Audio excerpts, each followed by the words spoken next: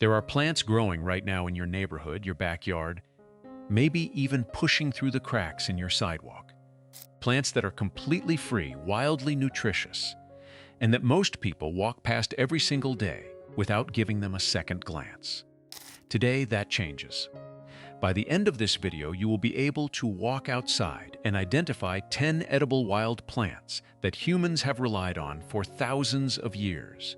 And you'll probably find at least 3 of them before you even leave your street. What you're about to learn isn't exotic survival knowledge reserved for wilderness experts. These are some of the most widespread, most abundant, and easiest to identify plants on Earth. They're found across North America, Europe, and large parts of the world. And once you train your eyes to see them, you'll never unsee them again. We're going to cover 10 plants. Each one is available in large quantities, safe to work with as a beginner, and useful beyond just a trail snack. But before we get into the list, one rule applies to every single plant we discuss today. Only eat something if you are 100% certain of what it is. That rule alone is the foundation of safe foraging. Keep it with you always. For most of human history, foraging wasn't a hobby. It was simply how people ate. Indigenous cultures across North America, Europe, and Asia built their entire food systems around wild plants, not out of desperation, but because the land offered a remarkably diverse and nutritious larder. Many of the plants we'll cover today were staple foods and medicines for generations before the rise of industrialized agriculture. What happened? Over the course of the 20th century, the distance between humans and wild food grew dramatically. Supermarkets replaced forested paths, carefully bred crops replaced whatever the land offered naturally. And somewhere along the way, the deep practical knowledge of identifying and eating wild plants began to quietly disappear from everyday life. The good news is that the plants never left. Stinging nettles still carpet forest edges across the northern hemisphere. Dandelions still push up through every lawn and roadside. Wild mint still scents the air near streams. The knowledge is recoverable, and it is far more accessible than most people realize. These 10 plants are your entry point. 1. Stinging nettle, Urtica dioica. If there is one plant that perfectly captures the gap between reputation and reality, it is stinging nettle. Most people's instinct is to step around it, and that sting is real. The tiny hollow hairs on the leaves and stem inject a mix of compounds, primarily histamine, along with acetylcholine and serotonin, when touched, which produces a sharp, burning sensation. But here is the thing: blanching, boiling, or drying the plant completely neutralizes the sting. What you are left with is one of the most nutrient-dense leafy greens available in the wild. Nettles are rich in iron, calcium, magnesium, and vitamins A, C, and K. They taste similar to spinach when cooked. Use them in teas, soups, or saute them with olive oil and garlic. Wherever you find them, you tend to find them in abundance. They prefer disturbed soils, forest edges, and areas near waterways. 2. Broadleaf and narrowleaf plantain, Plantago major, Plantago lanceolata, not the banana-like fruit. This is a low-growing plant with oval or lance-shaped ribbed leaves found in lawns, roadsides, fields, and disturbed ground virtually everywhere in the temperate world. Broadleaf plantain, Plantago major, is more common in North America. Narrowleaf plantain, Plantago lanceolata, is especially prevalent in Europe. The young leaves are edible raw or cooked, with a mild, slightly bitter flavor. But plantain's reputation stretches beyond the dinner plate. Traditionally, the crushed or chewed leaf was applied as a poultice to bee stings, minor cuts, skin irritations. A practice with documented anti-inflammatory properties in laboratory studies and traditional use, recognized by the German Commission E for topical skin inflammation. If you get stung on a nature walk and you spot plantain growing nearby, chew a leaf and apply it directly to the sting. It genuinely reduces swelling. 3. Dandelion, Taraxacum officinale, perhaps the most universally available edible plant in the northern hemisphere. Every part of the dandelion is edible. The young spring leaves are mild and excellent in salads. As the season progresses, they become more bitter but can be balanced by blanching or mixing with other greens. The bright yellow flowers are edible raw and can be used in salads or infused into oils. The root, when roasted and ground, produces a caffeine-free coffee substitute with a rich, earthy flavor. One note worth mentioning, the milky sap in the stems contains sesquiterpene lactones, which can occasionally cause mild contact dermatitis in people sensitive to plants in Compositae family, the same family as chrysanthemums and chamomile. For the vast majority of people, it is completely harmless, but it is useful to know. 4. Wild mint, Mentha sp. There are dozens of mint species growing wild across the world, and most of them are perfectly edible and aromatic. The easiest way to identify mint is by smell. Crush a leaf between your fingers and you will know immediately. Look for square stems, a key marker of the Lamiaceae family, opposite leaves, and a preference for moist ground near streams or in partially shaded areas. Wild mint can be used fresh in salads, brewed into hot or cold tea, or added to savory dishes. It is an excellent trail snack.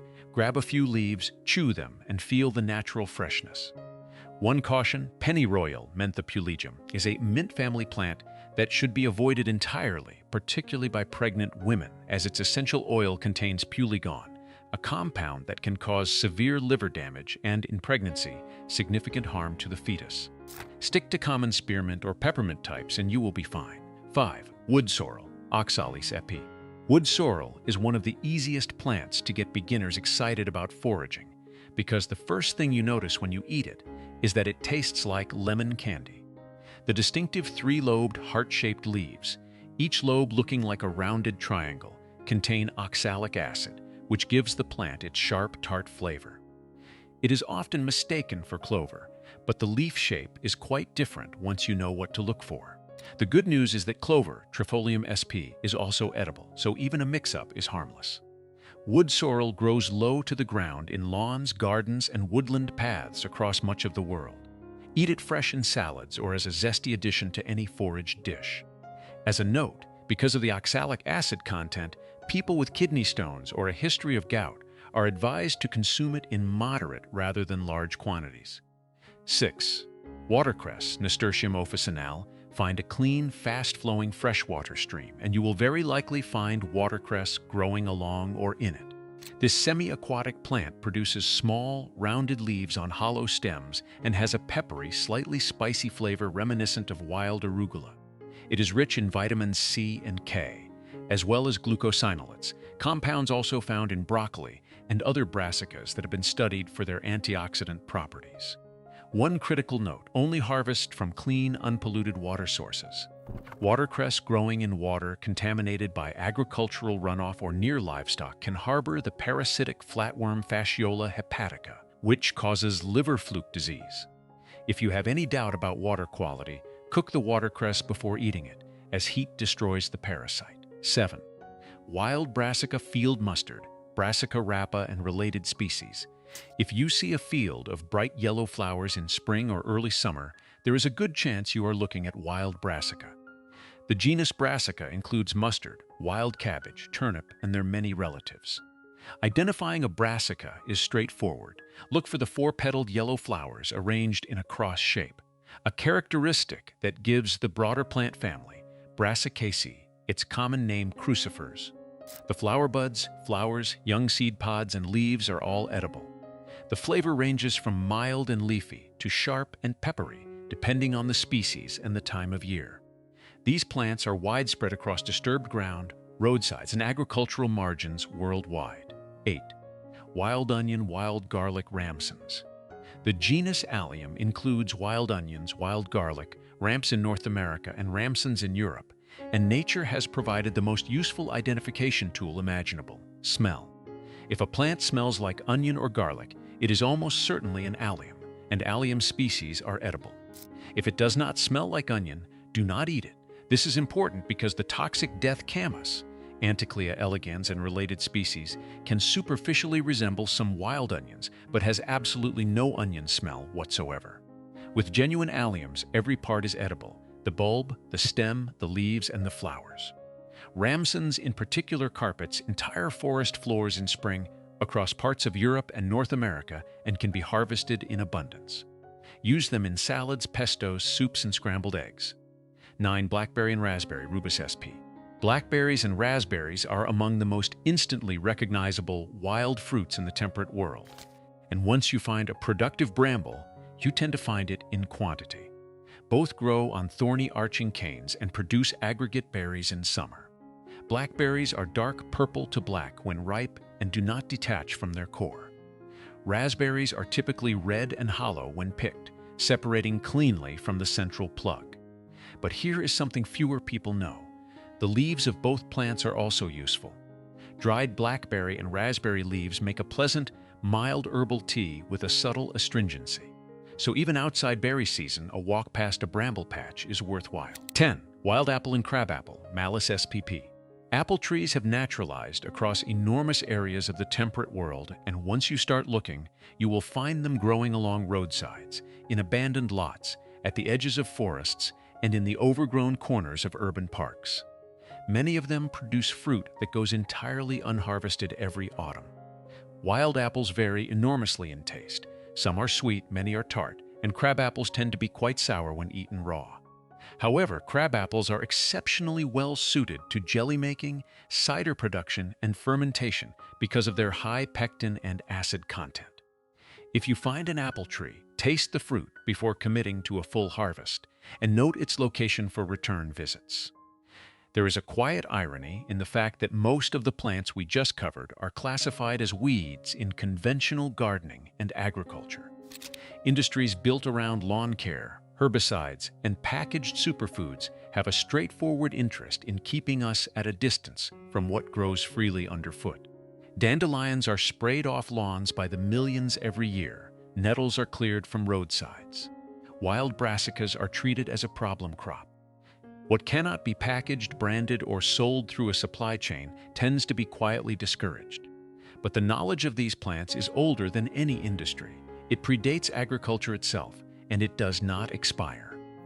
Every time you learn to identify one more edible plant in your environment, you reclaim a small piece of a relationship with the land that humans maintained for hundreds of thousands of years. That is not nostalgia. It is a genuinely practical skill with real-world value, and it costs nothing. Pick one plant from this list, just one. Go outside and find it this week. Eat it. Once you do that with one plant, the next one becomes easier, and the one after that easier still. In a year of learning one plant per week, you will know 52 edible species. The land around you is already full of food. You just needed a reason to look.